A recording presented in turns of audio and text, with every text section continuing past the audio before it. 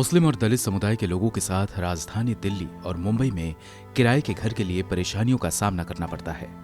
मकान के मालिक और हाउसिंग सोसाइटी द्वारा इन समुदाय के लोगों के साथ उनके धर्म के आधार पर भेदभाव की कई घटनाएं सामने आई हैं।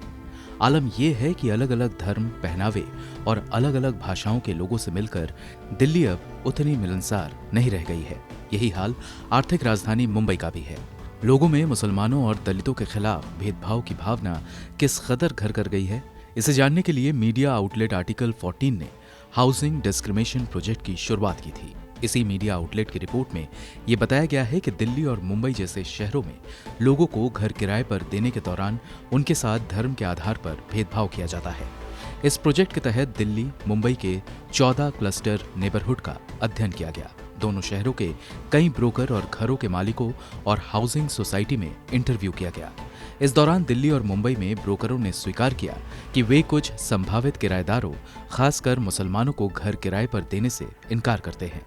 कई ब्रोकरों ने यहां तक कहा कि मुस्लिम किराएदार कानूनी जिम्मेदारी साबित हो सकते हैं, इसलिए उन्हें मकान नहीं दिया जाता।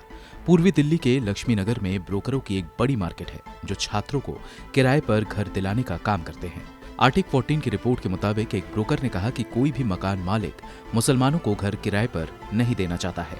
लक्ष्मी नगर, रमेश पार्क के हिंदू बहुल इलाके मंगल बाजार के इस ब्रोकर का कहना था कि वो मुसलमानों के साथ भेदभाव नहीं करते हैं, वो सिर्फ उन्हें मना कर देते हैं। ब्रोकर ने कहा, कोई मकान मालिक उन्हें रखने के लिए तैयार नहीं है तो मैं अपना समय क्यों खराब करूं।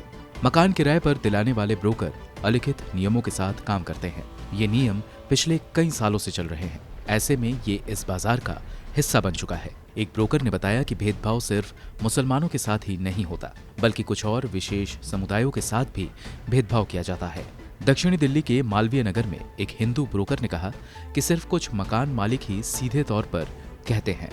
कुछ लोग मुस्लिम, सरदार या अफगान किराएदार बताए जाने पर खुलकर आपत्ति जताते हैं। ब्रोकर आगे कहते हैं, बाकी लोग जवाब नहीं देते या ऐसा करने में देर लगाकर हिचकिचाहट जाहिर करते हैं। सर्वे के मुताबिक मुंबई में भी हालात बहुत ज्यादा अलग नहीं है। रिपोर्ट में कहा गया है कि 1992-93 के दौरान शहर में हुई सांप्रदायिक हिंसा से लोगों में धार्मिक अलगाववाद की भावना पैदा हुई है। कई ब्रोकरों ने अपने इंटरव्यू में कहा कि किराएदार के बजट की ही तरह धर्म भी उन्हें मकान दिलाने में बाधा पैदा करते हैं। ब्रोकर कहते हैं कि ऐसे हालात में लोग उसी इलाके में मकान ढूंढते हैं जहां किराएदारों के साथ भेदभाव नहीं किया जाता। लोगों के बीच ये समझ बन चुकी है कि किस किराएदार को किस इलाके में घर मिलेगा। ब्यूरो रिपोर्ट, गो न्यूज।